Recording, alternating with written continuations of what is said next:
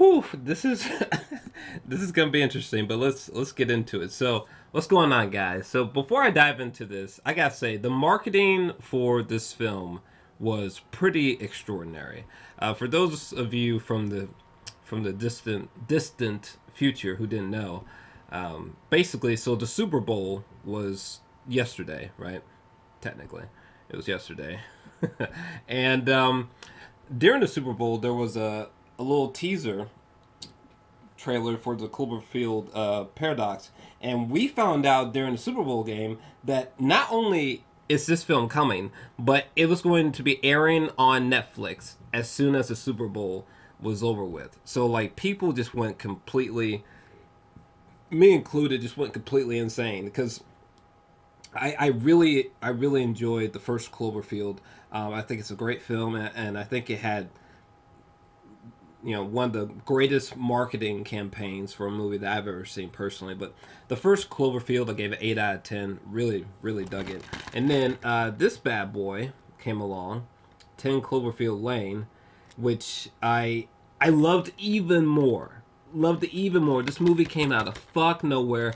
Loved it so much. Gave it a 9 out of 10. I thought it was just so subversive. It was just so distinctive and gripping and intense, and there's so much suspense, and like the final 30 minutes, I was barely breathing in the movie theater. Like I just loved it. It just reminded me of old school monster movies I used to just eat up as a kid. It's amazing that this is unopened. By the way, a lot of the box sets for this contain so many spoilers in just the images. Like Jesus Christ. Anyway, so obviously when this Cloverfield Paradox landed on Netflix after the game, I was like, oh my god. So I just got done watching it, and I'm gonna tell you right up front. First off, let me see. Okay, so it's called the Cloverfield Paradox, which even during the teaser trailer that dropped with the Super Bowl, I was like, holy fuck, that is a terrible name. The name, I'm not digging the name. But yeah, right up front, I think that this is a bad movie. And I'm not kidding. Okay, I'm going to repeat it, because I can tell this is going to be one of those movies where this might become like a Last Jedi situation where there's tons of people who love this film, and there's tons of people who think this is a bad film. Okay. First of all, hold on. I think I froze there for a second. Yeah, I think that this is a bad film, but I think that this movie is so bad that it's awesome. And it's like a guilty pleasure. And it's probably going to go down maybe as my favorite guilty pleasure film of the year.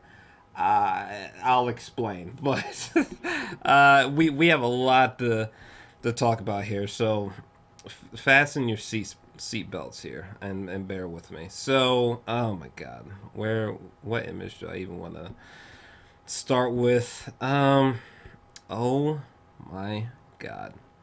I think I'm going to start with this image right here. So, we find out that, well, actually, no. I'm going to start with this chick. So, we find out that at the beginning of the film, right? Let me make sure that, okay. So, we find out at the beginning of the film that this chick, she leaves her husband, she goes to the space station, with these other people, and we find out that she and these people on the space station are going to try to use this space station because basically the Earth is really unstable at the current time, so they're trying to use the space station, which is it's like a particle accelerator, actually, let's I think we're gonna have to go off screen here for a second because hold on, the particle accelerator. Come on, go to it. Alright, so basically the space station in this movie is essentially, it's like the Large Hadron Collider. CERN. That's what it basically is. It's like, imagine this bad boy, but inside of a space station, right? So, this chick and a crew are inside the space station, and they're trying to create like this energy source that can stabilize Earth and make Earth better, right? But actually, when they turn on, I think it's called the Shepherd. When they turn it on, the movie kind of becomes like Event Horizon a bit. You guys remember that movie, Event Horizon? There's a lot of influence of Event Horizon all over this film, Cloverfield Paradox. But yeah, so they turn on the Shepherd, and all of a sudden they're just like in a different dimension, right? And like the physics starts going fucking completely insane, and all of a sudden like this other dimension that they just jumped into is like conflicting with their original reality. So there's like all these glitches in reality all of a sudden, you know, now that they're in this new dimension. There's just like glitches in reality, like okay, so this one guy, oh my god, where's this fool? This one dude just like his arm just gets like sucked into a wall, right? And his arm gets like just chewed off. Where is that part? I should have a picture, because I was cracking the fuck up when that dude's arm fucking went missing. Oh, here it is. It's right here. It's staring right in front of me. Right here. His fucking arm. Like he was this guy who was like fixing up a wall, and out of nowhere the wall literally swallows his arm and takes it off, and then it's as if his arm was never there. I was just like, what? Okay, what? I'm like, what the fuck? And by the way, this character who has his arm missing, he has some of the worst one-liners I have heard in quite some time. Like, even the delivery of some of these comedic one-liners are just so bad. I'm just like, oh my god. Like, I can't think of any, like, verbatim off the top of my head, because they were all really forgettable, but, like, oh my god. Well, there was one time where, like, because they find his arm somehow. Wasn't it swallowed by the wall? Anyway, so his arm got swallowed by the wall, but later on, scenes later, they find his severed arm, like, crawling down the hallway. Right? And it's like doing like writing motions, you know, and like he's like, oh yeah, my arm's writing, you know, or some or some dumb shit like that, right? He was like, oh yeah, my arm, yeah. He was saying some dumb shit. He was saying some dumb shit like that, right? He has one-liners like that all over this movie. They're so bad.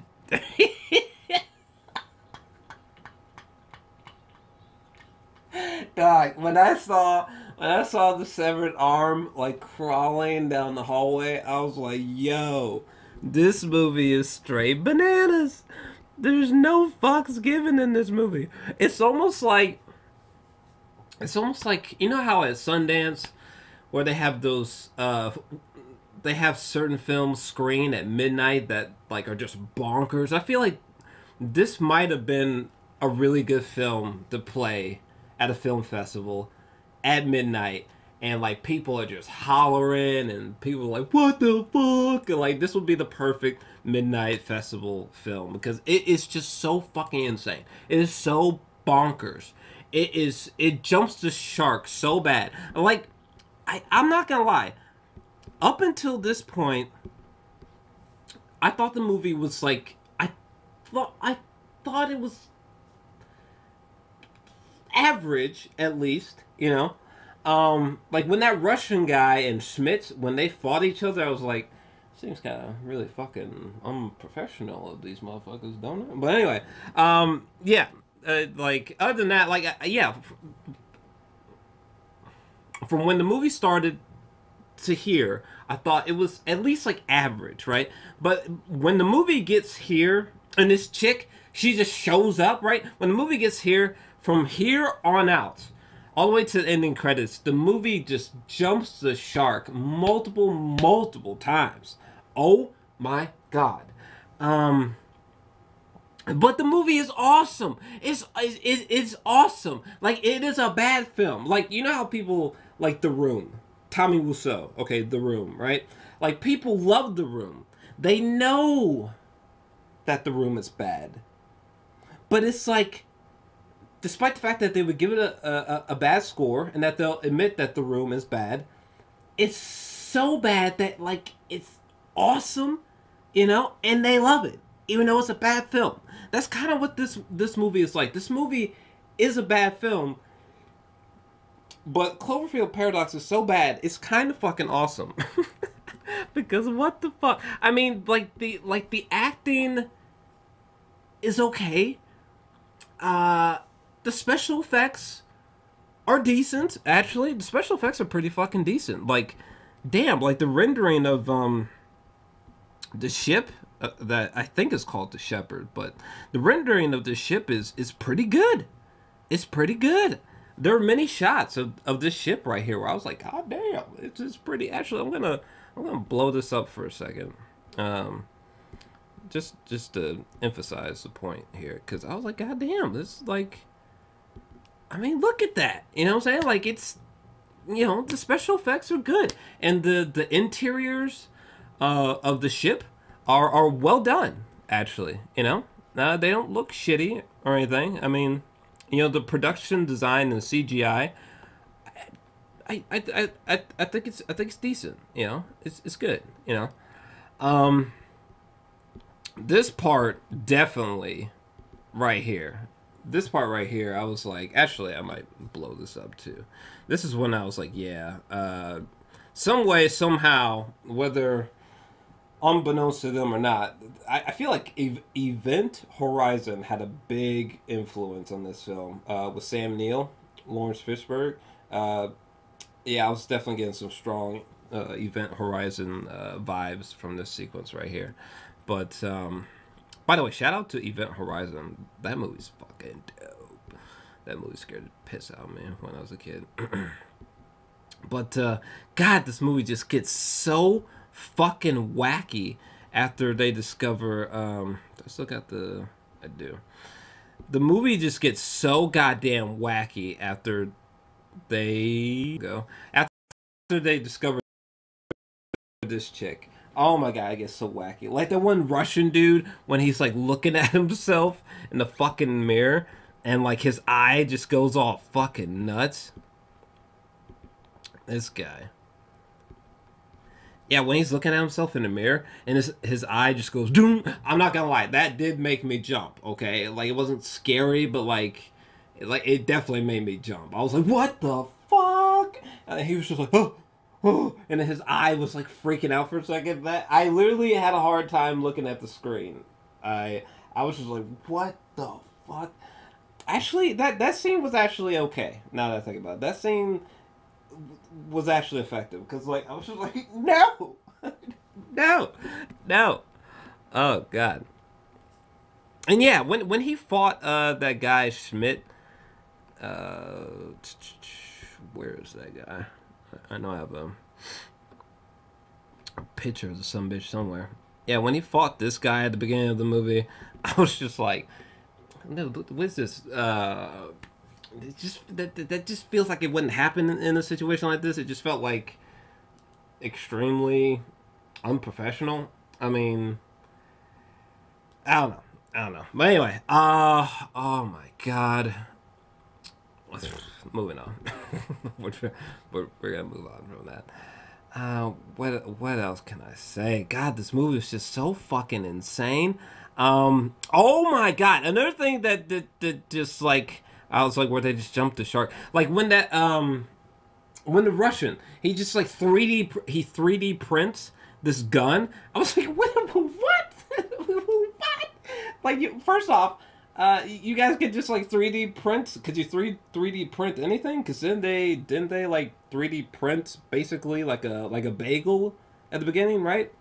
Ava did, I think, and it was just like this dude just like made a gun in like 2 seconds. Even David Oyelowo, shout out to that guy. And I'm sorry if I said his name wrong, but the guy from main guy from the movie Selma, he was like, even him, he was just like, What, a gun? Where did a gun come from? I was thinking the same thing. I was like, what the fuck? You just 3D printed a gun and bullets in just like mere minutes? It looked like. I was like, what the fuck? By the way, this little plot twist was so insane. It was so insane. It came off like so convoluted when this chick just out of nowhere was just like, no, I don't trust you. I gotta protect people. You're bad. Like she just suddenly became, for lack of a better term, bad, or she broke bad. I was like, what? And then when she was stalking,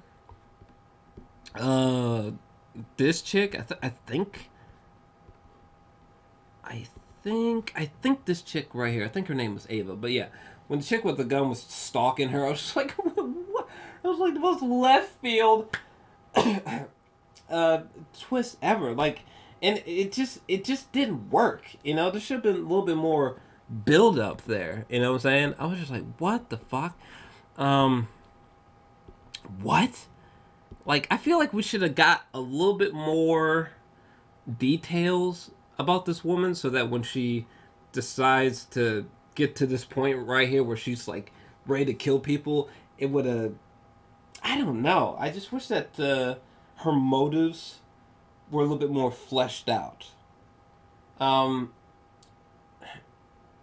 Because, I mean, if you want to make her, like, turn bad, like, okay, but, like, it just didn't feel sensible. In the way that her actions didn't seem sensible.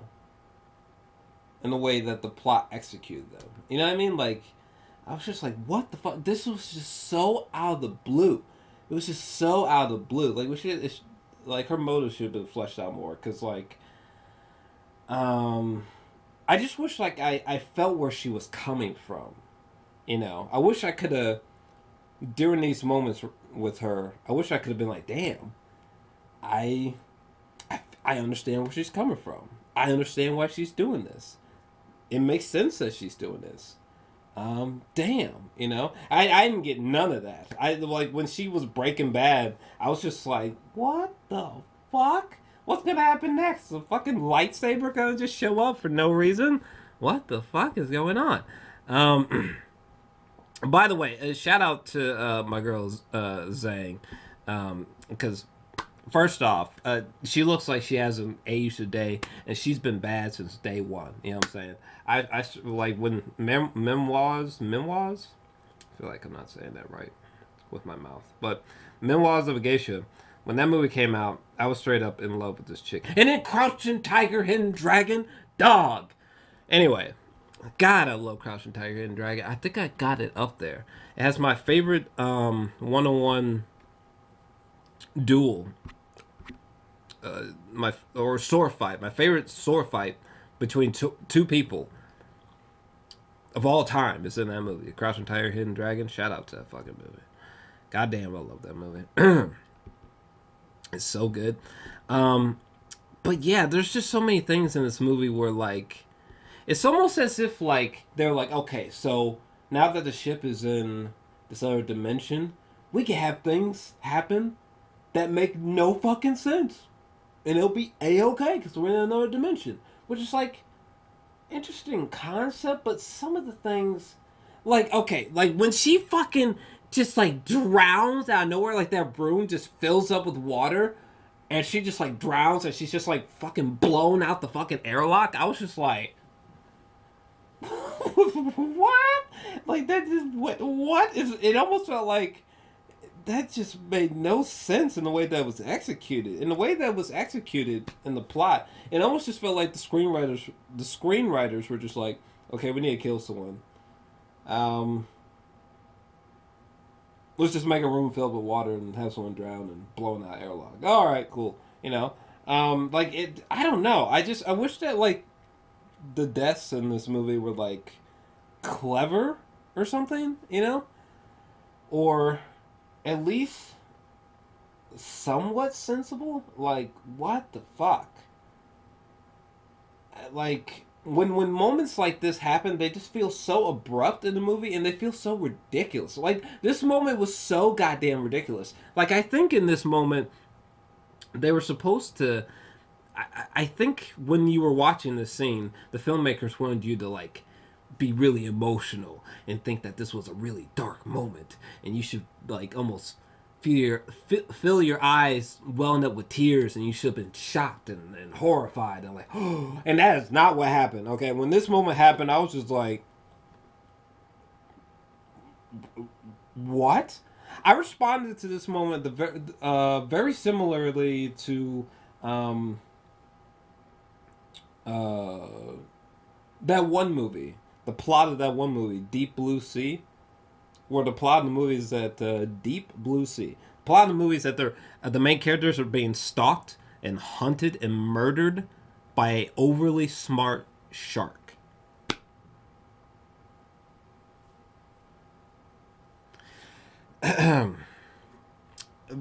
Which is ridiculous. And so many aspects of this movie are just as ridiculous as the premise to Deep Blue Sea. Which is why I would say that this movie is bad. But enjoyable. Like, actually, like, Deep Blue Sea is a fucking terrible movie, but goddamn, what a fun movie. Even though it's really, really fucking bad. By the way, another thing I don't understand. This chick right here, right? She's sustained like dead serious fucking injuries right here, and then we just like skip by a few scenes, and she's like perfectly fine. I was like, what the? I was like, what the fuck? Like maybe if like a month or something like that went by, or like these whole days would have been like, okay, all right, maybe, but like. I don't know. It just it felt like this character healed from these injuries in way too quick of a time. Like the turnaround time was way too fast. Like what? Also, when they discover this woman, and you're hearing the screams behind the wall, and they're like, "Well, we gotta figure out what these screams are. So let's figure it out." I would be like, "Whoa, wait, hold on a second, okay? If I'm in a space station, and I see a wall, and I hear screams coming from it, and all the crew members that I came with on this mission are around me, and yet there's someone screaming on the other side of this wall. Okay, we ain't open. We ain't. Okay, we are not gonna open up that wall to see what that shit is, okay? And if we are, like, everyone's gonna have weapons, and we're gonna kill it on sight, okay? The fuck? Let's just see what it is. How about fuck no? Okay, how about we sneak a small camera in there and sneak a peek? Like, fuck. No. What Satan's behind the fucking wall? Did you guys think about that? What else? Yeah, that's another thing. The emotional moments just don't work. Like there's nothing about this scene right here. There's nothing about this scene right here that just made me go like, no. The stuff with her and her kids, like when she finds out that like in this other dimension that like her kids are still alive, like that's a good concept, but like the plot wasn't executed good enough for me to just be like, oh my god, her kids are still alive in that other dimension. Oh my god, like yeah, that reaction didn't happen for me. By the way, how illogical was it that like she was like, oh my god, in this new dimension my kids are alive. I gotta stay behind in this new dimension and go see my kids. It's like, bitch, first off, no. Okay, first off, no. Okay, number one, there's like a second version of yourself already living in this new dimension, bitch. So, like, no, what are you gonna do? You're gonna go down to the earth and, like kill yourself or some shit? Not to mention, all these people in this other dimension have all this information about you that you really don't know. Because it's a different dimension, you know what I mean? So how are you supposed to get calculated? What's the fucking word? How are you supposed to get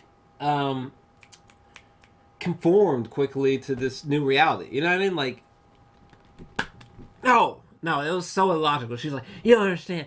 I need to see my kids. Like, no, we understand, bitch, but it's a new dimension, bitch. It's a new dimension. There's a second you down there.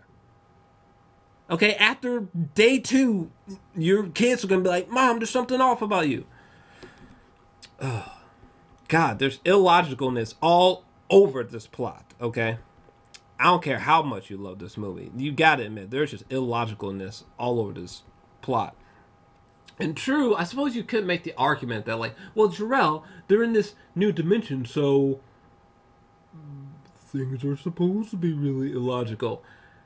Okay, but, like, I mean, if you want to have illogical things happen, fine. But based off the 2 previous Cloverfield movies, why wouldn't you, this movie should have felt scary, suspenseful, ominous, shocking, mind-blowing. None of those things happen.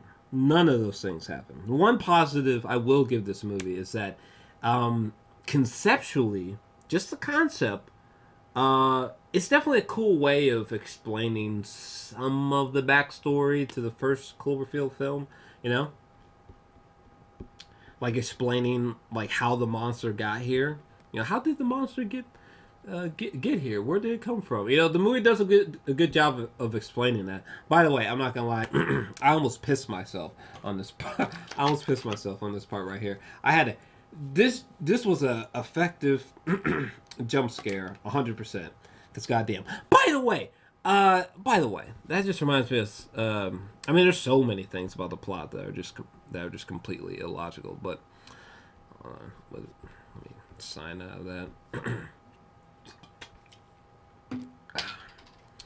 And apologies if there were certain moments where my video might have been stuttering, but shit happens. Anyway, my computer kind of sucks. But who is that one character?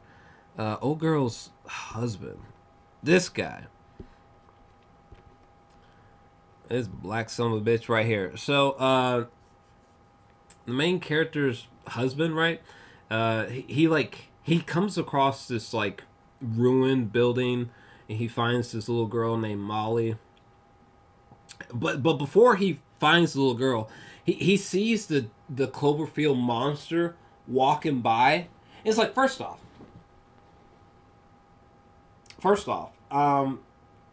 if I get out of my car and I see a giant like building that's like basically exploded, I'm leaving immediately. Okay, I'm leaving immediately. Number 2, even though it was kind of like foggy, he sees a giant entity walking by. I mean, this man, he didn't scream. He didn't start slowly backing away like, oh my God. He just like watched it walk by, and he was just like, oh, a little girl. Hey, Molly. I was just like, what? If I saw a giant, even if I couldn't make it out, if I saw a giant creature moving by, and he can hear it too. I know his ass can hear it walking by. Okay, I would have probably had 3 heart attacks. Okay, assuming I survived said heart attacks, I would have ran back to my car and sped away so fast. I probably would have. I probably would have shit myself, more than likely. Man, oh man. Man, oh man. This movie is insane. This movie is insane. I don't even... This moment right here was just so ridiculous when the 2 of them are fighting. Like, and they're like fighting over the gun. And then like... this chick gets like blown out of the fucking window into space, literally. I was just like, Jesus Christ. Oh my God. And they did one of the most cliche things ever. Remember when the spaceship was like exploding, or like a certain aspect of it like exploded, right? And that dude David Oyelowo, he fucking sacrifices himself. Where's the this guy right here? the way that he sacrifices himself to save the rest of the crew, I was like, come on, man. Shit. Like, did you guys just get done watching Armageddon with Bruce Willis or some shit? And you just thought, like, oh, why don't we just copy that one scene with Bruce Willis? I was like, oh my god. This was another moment where, like, the way that he sacrifices himself, you know, that moment was supposed to be like this emotionally powerful moment, and you're like, no.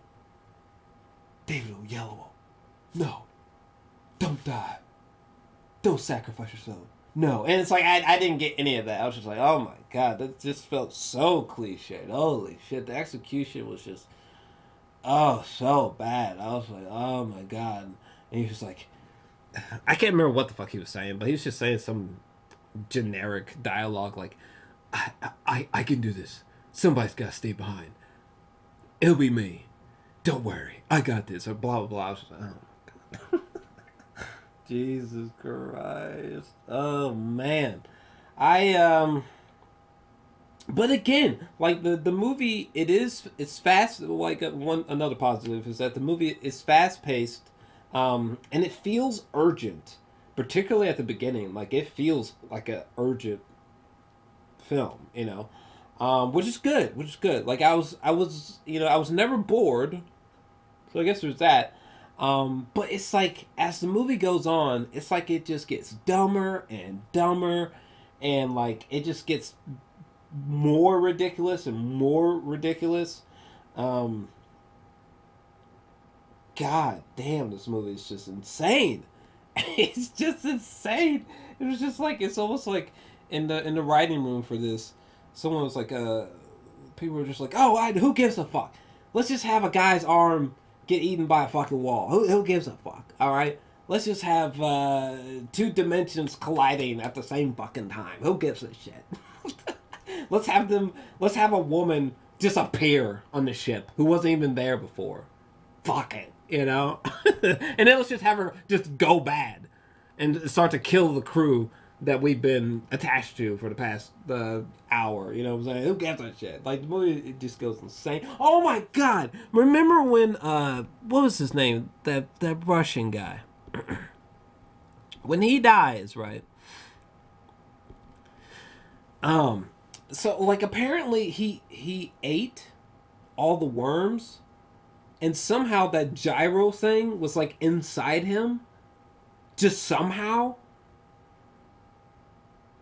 I was like, what the fuck? That makes no sense. That's just so dumb.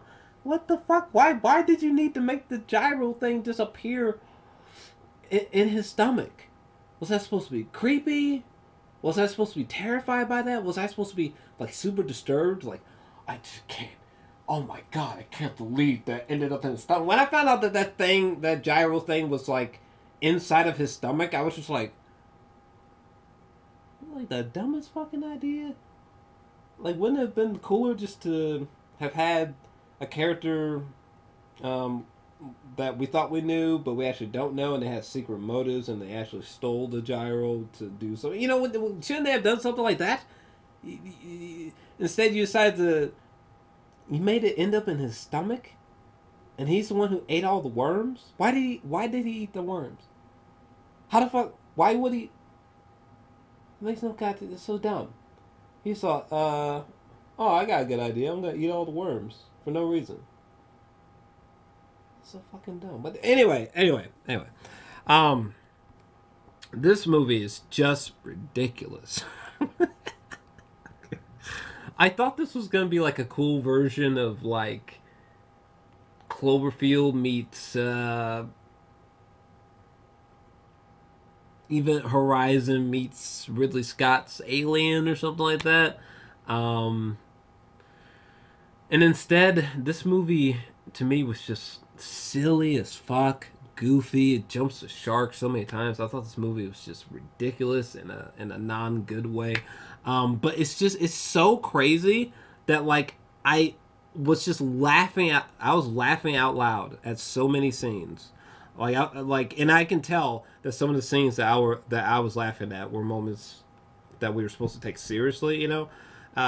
But this movie is just so fucking insane. Oh my god, it's It really does remind me of like, uh, fuck. Hopefully I didn't rename the movie. Wasn't it called Deep Blue Sea? About that fucking shark. Yeah, by the way, if you have not seen this movie, first off, treat yourself. Treat yourself. Deep Blue Sea, 1999. This movie is so bad that it's fucking awesome, okay? Literally, the crew gets stalked. And they start getting killed off individually by this one shark that's like abnormally smart. Like, no bullshit. This movie's so bad, I fucking love it. Deep Blue Sea is such a piece of shit, but it's so awesome. Look at the fuck. Look at the fuck. Look how bad that fucking poster is. Shit, is that the official poster? I hope not. God damn, that's a bad poster. Shit. But it's so awesome. What a awesomely bad movie. And yeah, what a awesomely bad movie this is. Yeah, the Cloverfield Paradox. I'm feeling shit. What am I gonna slap this thing with? Boy, oh boy, oh boy. I'm going to give this movie. I'm gonna give it a 4. Gave this one a 9. Gave the first one an 8. Nice little placement of the little slushel thing in this movie, by the way. Well, anyway, yeah, Cloverfield Paradox. I'm gonna give it a 4 out of 10. I'm out. Okay, I gotta get some sleep. All right. Hate me if you want. I'm sorry. I'm sorry I didn't love the movie, but if it makes you feel better, I think this movie is the extreme guilty pleasure. This shit was cracking my ass up. But yeah, 4 out of 10. I'm out. I need sleep. Bye. I love you. Don't hate me. But you can if you want to.